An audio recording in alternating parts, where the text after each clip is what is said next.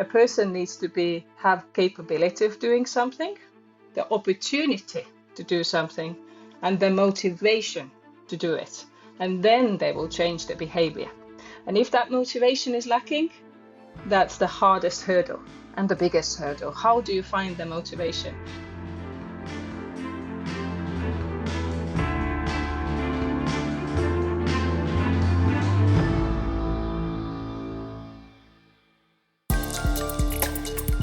Welcome to the Digital Government Podcast. Tune in to discover the future of governance and ways of getting there.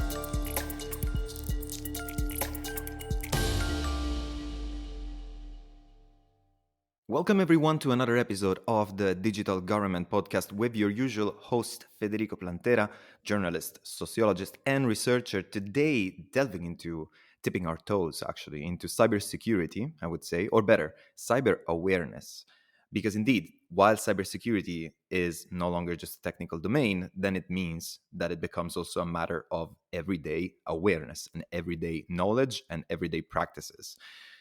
We need to know basically what's at stake and how to stay safe. But at the same time, obviously, how do we build, let's say, that kind of awareness, maybe like even across an entire country, if we're not talking simply about organizations? So in this episode, we're focusing on Moldova, where raising digital resilience has become a national priority. And joining me today, there is Rika Williams, senior expert in cybersecurity at e-Governance Academy, who has worked closely exactly with local partners there to design and implement cybersecurity awareness campaigns. So Rika, welcome to the podcast. Nice to be here. And another welcome I turn also to Svetlana Gorer, I hope I pronounced it well, who is a journalist and based in Moldova and also partner of the activities of e-Governance Academy there in order to increase cyber awareness. So Svetlana, welcome to you as well to the podcast. Hi, Federico, and thank you for having me. In this episode, we're talking about diverse strategies, let's say, to increase cyber awareness, because we can mention ads, but also trolley buses or social media reels, street interviews. There have been many creative strategies, let's say, that have been realized in Moldova in order to exactly increase cyber awareness and frame it also as a matter of public good. So, Rika, I would start with you exactly from this point, which is the fact that in many countries and also just I think in the eyes of many people, when it comes to cybersecurity, that is still seen as a sort of like a specialized or elite knowledge kind of issue. But why should we instead start framing cyber awareness as a matter of like public good, let's say, like something that every citizen basically has a right to understand and that definitely stands to benefit from?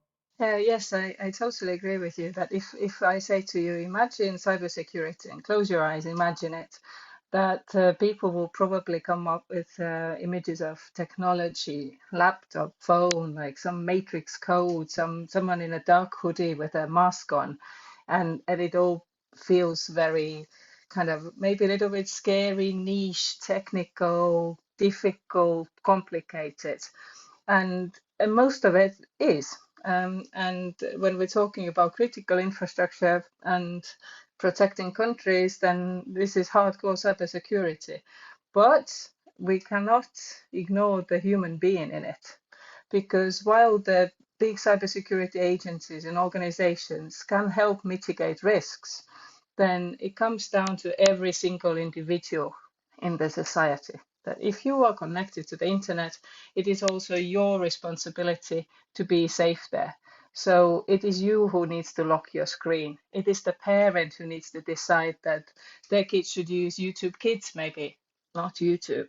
Or it's the small business owners who need to decide that actually I will provide a special phone for my employees to use it for business only, so we don't mix business and private use, for example. So, we can of course say that the higher we are in society, media has responsibility, telecom companies, banks, and so on, but we can't do it without the human being. So everyone has a role to play, and that's why our slogan from the beginning is that online safety starts with you. So to show that it is also a personal responsibility, and we can't blame the IT guy. Or at least not always blame the IT. Yes, yeah, Let's put it exactly. this way.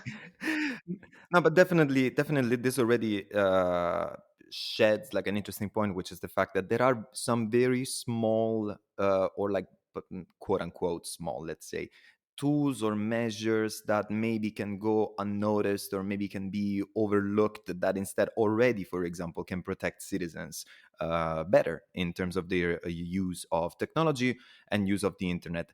And Sveta, getting a little bit of the local lens, exactly. Let's dive right into the Moldovan example, or better, the Moldovan case, let's say. So I would like to know, in your opinion and in your view, what works and what doesn't. What do I mean by this? That obviously we have learned a lot about the importance of local know-how in these projects there. So could you share maybe like what are, we were speaking of tools and simple solutions as well, but could you share instead, for example, what are the tools or the approaches that you think have proven to be more effective, let's say, or maybe even more difficult to implement, let's say, in the Moldovan context? Right. I would like to add that in Moldova there is a significant lack of digital education. Although almost everyone owns a phone or a laptop, digital safety awareness remains low, and the Siguranța Digitală .md project aims to tackle that challenge with a clear objective to promote safe and responsible behavior online. This project, Siguranța Digitală.md, was launched in May 2023, and since then we had a lot of great activities with a good impact as we speak. For example, we've launched a series of engaging activities on social media, like I said, the place where most users spend their time. These include, for example, a Vox Populi campaign. We were in the streets near the local people, and we asked them what do they know about digital skills, how do they protect their laptop, their phone, their their money. And unfortunately we saw that like I said, there is a lack of digital education. Also, we used an awareness visual on public transport, like you said, trolleybuses, and we wanted for the local people to know about 5 rules on siguranța for digital skills, like to protect your phone, not to open some suspect links that you received, for example, from a friend. Do not give to everyone your PIN code from the card and something like that. Also, now we have a lot of activities on Facebook and Instagram. We have materials, we have video materials like reels, and we speak about these digital topics that we saw that no one knows about. For example, what are the trolls on social media, and if you get a message, like for example from the post office, do not open that link. That probably is just a smishing. Rika. Yeah, just like example also that we did a survey in Moldova via this project to gauge the opinions of people and to bring you like a good example that a lot of the vocabulary is missing. And 2 years ago, the knowledge of any vocabulary in the public domain related to cybersecurity, online safety was very, very low. So, for example, that the words phishing or ransomware are not known in the society. But as a communicator or someone in online safety field, we use those words every day. We kind of say, yeah, don't, it might be phishing, right? But actually, if the people lack the concept of phishing, they don't know what that word means, then even if it's the biggest headline in the newspaper, they won't understand it. They can't relate to that, and therefore they won't listen to our message. So I think for 2 years, and Sveta has done a great job in building kind of vocabulary of the people as well. So if we do the social media, that we use the words, we explain really simply what we are trying to do. So we are starting from ground zero, basically. And we're not alone. We have others in Moldova who do a similar job. But yeah, it's been a long road, and I think it's one of those that awareness you can never reach end goal and say, okay, we're good now. There will be new generations, new people, new problems coming on. So, but also I wanted to bring one local example. Like when we went to Moldova, one of the first things we asked was like, what's your most favorite TV program? Local program, like a series or sitcom, because what we used in Estonia was like product placement in Õnne Mhm. 13, which is a famous TV series where a Under pensioner, 13, right? yeah, so I Õnne will translate it. 13, yes. At least the number I will translate it in English. Yeah, yeah. So the storyline was that, that old person, the pensioner, needs to start using their ID card online. And it was built in as it was an initiative that was needed in society to promote it. So, and we asked that in Moldova, and the answer is the media landscape is very different. So we can't do that in Moldova, for example. So we had to kind of adjust the kind of things what have worked in Estonia to Moldova, like that Vox Pop that Sveta talked about. In Estonia, people are not so willing to share what went wrong.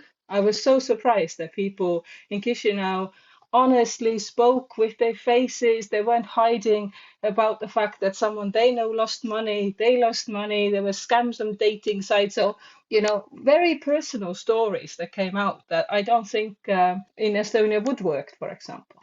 Yeah, I'm relatively surprised about that in the sense that, for example, I would imagine that exactly this fits into the reasoning in any case that when we talk about awareness, we're talking, and especially like cyber awareness and digital skills, we're talking also about information spaces, such as, for example, also those of the media. And Rika, actually, thanks for mentioning I didn't know about that example of N13, but makes perfect sense because information spaces are also knowledge spaces, I would say, which means that then they are definitely dependent on the context where they take place. So, maybe, yeah, exactly. In Estonia, there was the case of like on the 13 as a TV series, and maybe like also many other countries would have their own flagship, let's say, daytime TV series that is watched like all around the country. But then obviously other platforms and other ways of exactly increasing awareness, let's say, of people towards a certain topic might work best if they are done exactly with a different approach and with a different focus in a different country. Sveta, in this sense, then among the things that you mentioned, and thanks actually for the overview and for giving us this insight, let's say, into how things took place there.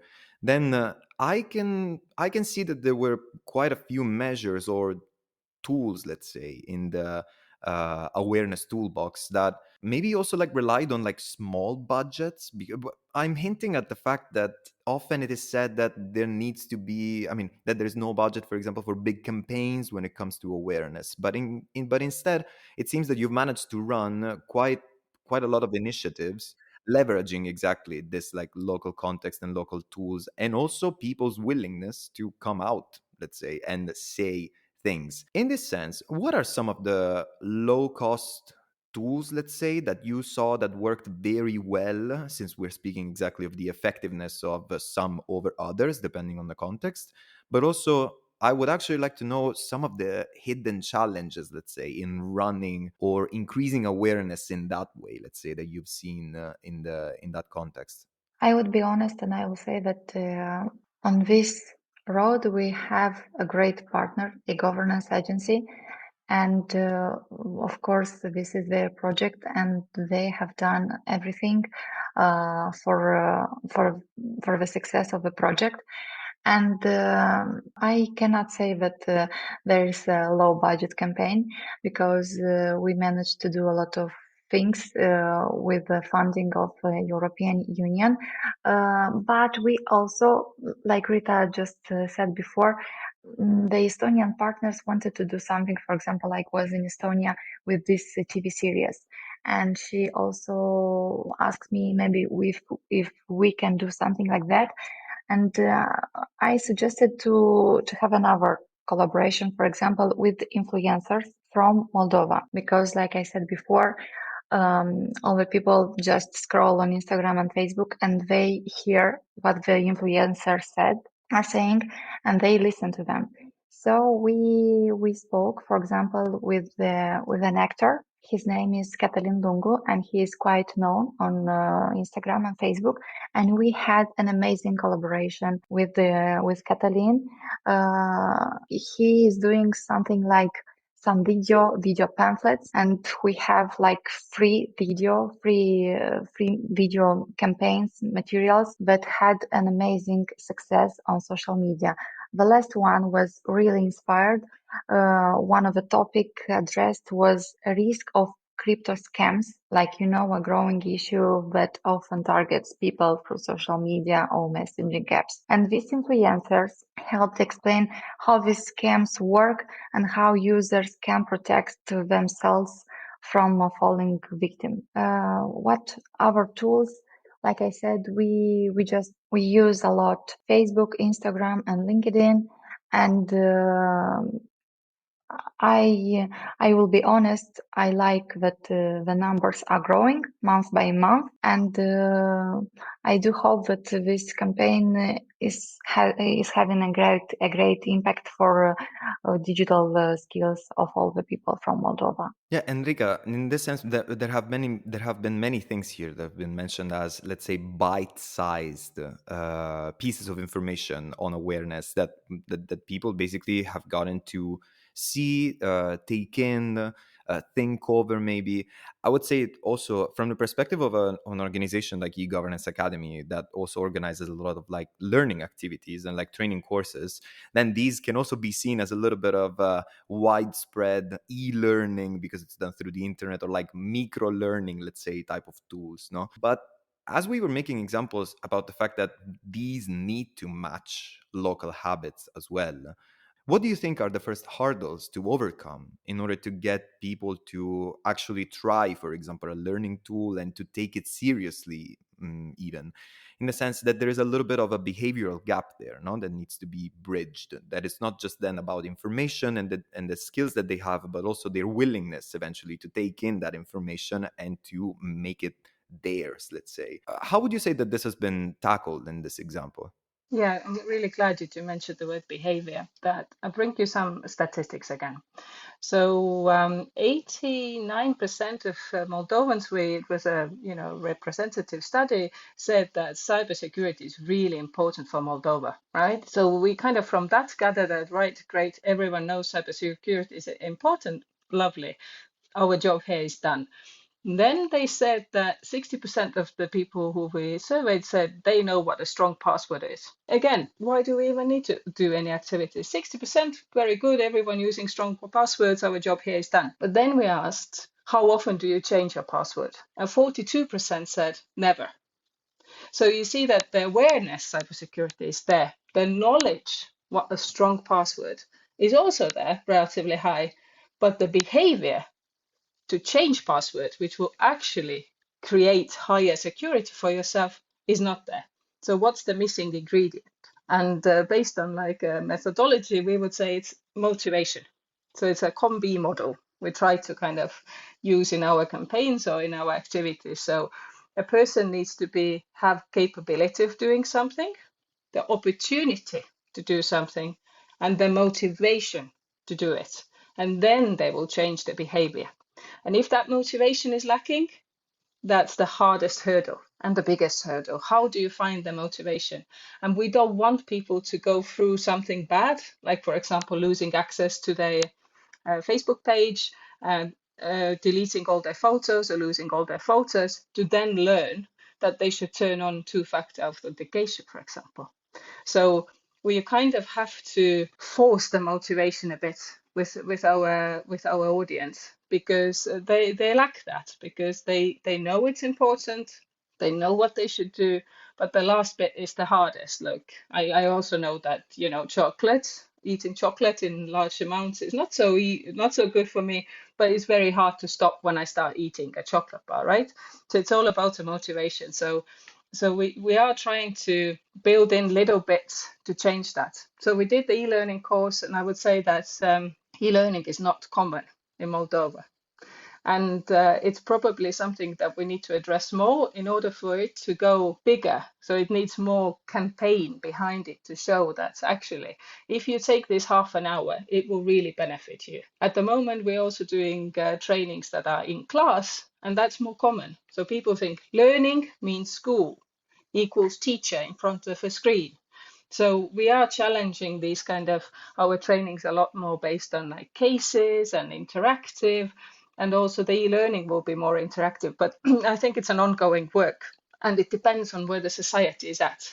So I think more and more information will be in Romanian, for example, and there's also a language barrier. So we might learn on learning in English speaking platforms, English language platforms, but in Moldova they are not used. So they're not used to using those. So we have to kind of lower the barriers for it to kind of get going. So, there are always challenges, and I would say motivation is actually one of the biggest issues that we have. Yes, and I would like to add that on siguranțadigitală.md we offer a free online course on digital safety, and we continuously encourage people to take it on practically on every post on social media. Because and also this message is also promoted on public transport in Chișinău, including visual placed on buses, like I said, because the idea is simple. During a typical 15 or 30 minutes ride, passengers can start or even complete the course right from their phone. It's a convenient and accessible way to turn daily moments into learning opportunities for safer online behavior. And we hope that people really just type siguranțadigitală.md and take this course, because there are a lot of valuable information for their digital skills to improve them. Can I say I did that too? You too. Exactly on that website. Yes, and not now actually, not to prepare for this episode, but because like some time ago, I remember that I was reading about the project and I was like, let's go take a look at what is this kind of thing. So even if let's say me, like obviously I did not have a direct interest in a tool, let's say that is tailored to that specific context, let's say to see how it works. Still, I do have to say that like the barrier to entry or the barrier to first approach, even not even entry, like are so low there, and it was very interesting exactly also for me myself to go and take a look at what's up there. And you said that the website is sigurantadigitala.md, right? Yes, right. Perfect. Rika, let's get something has been mentioned before, which is the fact that e-governance academy, as we see also from actually having as a guest Sveta as well in this podcast today, was not alone in doing this in Moldova. And obviously that also means that if cyber awareness and cybersecurity is to have a whole of society kind of approach, then other actors need to be involved and included in the activities as well. So in Moldova, you've worked with a variety of partners, as I understand, and variety in the sense that they're not just public institutions. They're not just perhaps even like hyper individual people, like such as influencers, let's say, who have each their own audience, let's say, and is personalized and highly individualized in that sense, but also private companies as well. So could you give us a bit more of a map, a little bit of who basically is bringing is bringing cyber awareness, let's say, with this whole of society approach in Moldova? Who's part of this map? It's a really good question, and I think since the beginning it was very important for us, also based on Estonian experience, to have public-private partnerships, to also have NGOs on board. So we started working sort of the government institutions are there and they're doing a good job. And Moldova has also a new cybersecurity agency who will also pick up work on awareness, for example, and they can share what is happening. So their kind of biggest plus is they know what is happening in Moldova, right? They will see something happening, some new phishing scandal or whatever, they can communicate that. So the other actors are more, let's say, don't need to be as reactive, right? They can plan those activities, they can be a bit more kind of slower, but like consistent. So we work together with the Association of IT Companies in Moldova. And from that, we built a lot more relationship. One is with Moldsau Telecom and their foundation, We also have worked with universities, with Orange Telecom, and there are certain individuals you kind of end up working with as well. So we have this, so that, for example, if we did a radio program, which I will talk about a little bit later, um, uh, that was listened to over 2 million people, and there was 10 episodes, and we wanted local partners to talk there. And the biggest challenge was to find 10 people who are willing to go and talk about online safety on the radio, because cultural context is quite often that the politician will talk or someone really important will talk. And we try to find people who are more relatable. Maybe it's a teacher, maybe it's a lecturer, maybe it's someone from the private sector. So after we've been there for 2 years building those relationships, and we were super proud that we found 10 people who said, yes, I'm gonna go. And like some of them are not, they're not cybersecurity people. We have a lady who runs a local library, but it's her like one of her kind of topics that she likes, and she sees that she can, tell the people in the library about online safety. And she went and spoke on the radio, and that episode had 9,000 views on Facebook, for example. So it's not necessarily the IT guys. We need those as well, but we need to like people in their field to make a little connection to online safety, and then the kind of magic happens. So it has taken us 2 years, but I think we have a growing community that if we need something, or we say, let's celebrate Europe Day, let's celebrate Online Safety Day, let's celebrate Cybersecurity Awareness Month, which we all do, like European initiatives. We try to use those in Moldova. We have people who come on board and say, okay, we can do something. You can use our channel. So they put their own message out. So it has taken time, but slowly we're building on it. Rika, I will pick up on your input actually about the fact that sometimes it is seen in certain contexts as if, let's say, if there is a radio program and there needs to be a spokesperson, then that spokesperson needs to be a politician, let's say. This is obviously like something that is specific and particular to the context. And Sveta, something about that, so about more the media space, let's say, and the information space that I would ask you exactly as a journalist, because you have a sort of like a privileged point of view in that sense on this, is how would you rate or assess, let's say, the state of cyber awareness more in the media and information space of Moldova? Let's say, what have you seen? What are your conclusions, or maybe even just like taking stock of the situation as it is now and things that instead need to be improved in that sense? Me as a journalist, I have been working in press for already 11 years, and what I can say that there are a lot of fake news that are on public space, on social media, on even on news portal, and sometimes even journalists can understand if this information is a fake one or is a real one. Sometimes also the journalists don't have these digital skills. For example, someone cannot know how to protect their laptop and to protect all the materials, all the pieces of information that he owns, for example, or even, I don't know, for example, some contacts from their phone. What was really interesting from my point of view as a journalist with the governance agency, we also had a TV show called Fact or Fake, and we started talking about these topics like disinformation, but like I said, is spreading rapidly in our public space with fake news and foreign influence, especially from Russia, but became more frequent and harder to detect in the past time, in the past month, for example. And through this show, we aim to educate viewers how to recognize false narratives, verify sources, and think critically about the information they consume. Yeah, I would say that definitely like fact or fake is like definitely like a like a direct title, let's say, for that.